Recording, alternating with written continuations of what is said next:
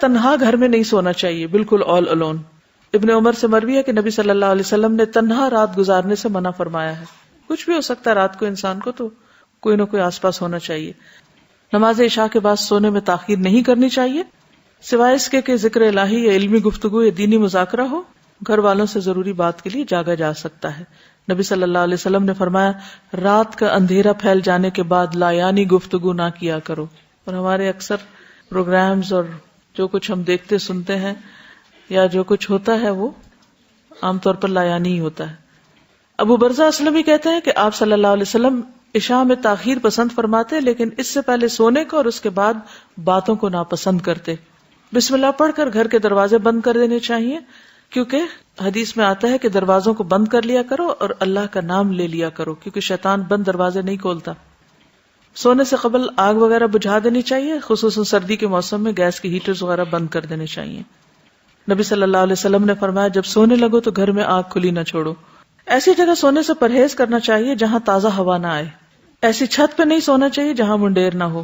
رسول اللہ صلی اللہ علیہ وسلم نے فرمایا جو شخص کسی ایسی چھت پہ سوئے جس کے گرد کوئی منڈیر یعنی دیوار وغیرہ نہ ہو تو اس سے ذمہ اٹھ گیا، یعنی وہ اٹھ کے بازلوں کو چلنے کی عادت ہوتی اور چھت سے نیچے جا گرا مر گیا تو پھر اس کا اپنا قصور ہے.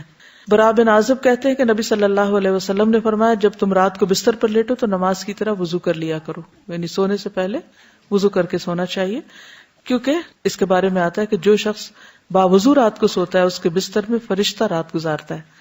جب بھی وہ رات کی کسی گھڑی میں نیند سے بیدار ہوتا ہے فرشتہ کہتا ہے اللہ اپنے فلاں بندے کو معاف کر دے، اس لیے کہ وہ باوضو سویا. ساری رات فرشتے دعائیں کرتے رہتے ہیں. حدیث میں آتا ہے جو مسلمان باوضو ہو کر اللہ کا ذکر کرے اور ذکر کرتے ہوئے سو جائے پھر رات کے کسی حصے میں اس کی آنکھ کھل جائے اور وہ اللہ سے دنیا اور آخرت کی خیر مانگے تو اللہ تعالیٰ اس کو عطا فرما دے گا، یعنی دعائیں بھی قبول ہوتی ہیں ایسے شخص کی. پھر وضو کا پانی اور مسواک تیار کر کے سونا چاہیے کیونکہ صبح اٹھ کے انسان کو ایسی سستی ہوتی ہے کہ اگر اس وقت مسواک جگہ پہ نہیں رکھا ہو تو پھر ملتا ہی نہیں.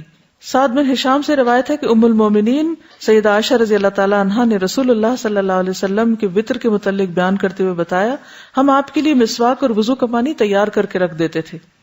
تو آج کل یہ ہے کہ سونے سے قبل رات ٹینکی وغیرہ کا پانی چیک کر کے سوئیں تاکہ ایسا نہ ہو کہ صبح کے وقت بجلی بھی گئی بھی ہو اور پانی بھی نہ ہو اور نماز میں تاخیر ہو جائے، تو ایسا نہ ہو.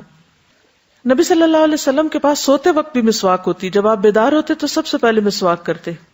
پھر اسی طرح سوتے وقت سرما بھی لگایا جا سکتا ہے. حدیث میں آتا ہے کہ سوتے وقت عصمت سرما ضروری سمجھ لو کیونکہ یہ نظر کو تیز کرتا ہے اور بالوں کو اگاتا ہے. رسول اللہ صلی اللہ علیہ وسلم کے پاس ایک سرما دانی تھی جس سے آپ سوتے وقت ہر آنکھ میں 3 بار سرما لگاتے تھے. ابو ہریرہ سے روایت ہے رسول اللہ صلی اللہ علیہ وسلم نے فرمایا کہ جب تم میں سے کوئی بستر پہ جائے تو اپنے تہبند کا کونا پکڑے اور اس سے اپنا بستر جھاڑے، یعنی بستر جھاڑ کے لیٹے، بسم اللہ پڑھے، کیونکہ وہ نہیں جانتا کہ اس کے بعد اس کے بستر پر کون آیا. یعنی دن میں اب آپ یہاں ہیں جیسے ادھر ادھر کام کر رہے ہیں تو آپ کو نہیں پتا بستر پہ کیا چیز چڑھ کے سو رہی ہے، تو جب سونے لگے تو ایک دفعہ بستر کو جھاڑ لیں. نبی صلی اللہ علیہ وسلم نے فرمایا جب تم میں سے کوئی شخص بستر پر لیٹے تو پہلے اپنا بستر اپنے ازار کے کنارے سے جھاڑ لے کیونکہ وہ نہیں جانتا کہ اس کی بے خبری میں کیا چیز اس پر آ گئی.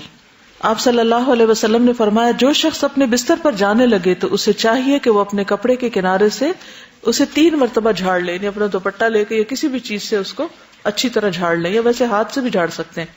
پھر یہ کہ زیادہ آرام دہ بستر نہ استعمال کریں.